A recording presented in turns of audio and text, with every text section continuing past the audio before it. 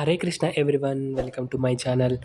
భారతదేశంలోనే కాకుండా ప్రపంచంలోనే అతి పెద్ద గిరిజన జాతరగా పేరుగాంచిన మేడారం సమ్మక్క సారలమ్మ జాతర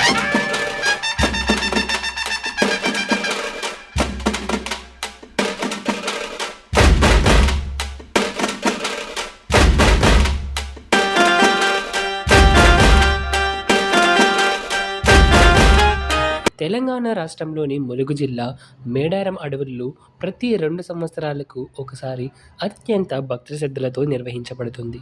చాలా కాలం క్రితం కాకతీయుల కాలంలో గిరిజనులపై తీవ్రమైన పన్నులు, అణచివేతలు జరుగుతుండేవి. ఆ సమయంలో అడవుల్లో జన్మించిన అసాధారణ శక్తులు కలిగిన ఒక స్త్రీనే సమ్మక్క. ఆమె అడవుల మధ్య నివసిస్తూ గిరిజన ప్రజలను కాపాడుతూ వారి సమస్యలకు అండగా నిలిచింది. సమ్మక్కకు సారలమ్మ, నాగులమ్మ అనే 2 కుమార్తెలు ఉన్నారు. ఆమె ధైర్యానికి ఆకర్షితుడైన గిరిజన నాయకుడు పగడిద్దరాజు సమ్మక్కను వివాహం చేసుకున్నాడు.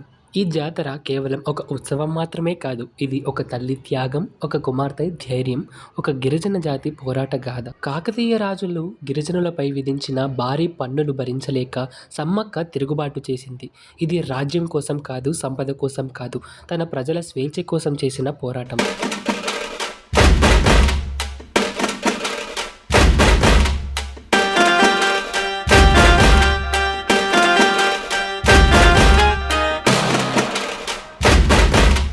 సమ్మక్క సారలమ్మ కాకతీయ సైన్యంతో భీకర యుద్ధం చేశారు.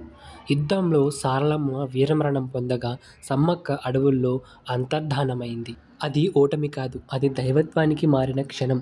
సమ్మక్క అడవుల్లో లీనమైన తర్వాత గిరిజనులు ఆమెను వనదేవతగా పూజించడం ప్రారంభించారు. ఈ జాతరలో కుల మత భేదాలు లేవు, అందరూ భక్తులే. సమ్మక్క సారలమ్మ తల్లితనానికి ప్రతీక, అన్యాయానికి ఎదిరించిన శక్తి, ప్రజల కోసం ప్రాణాలు అర్పించిన దేవత.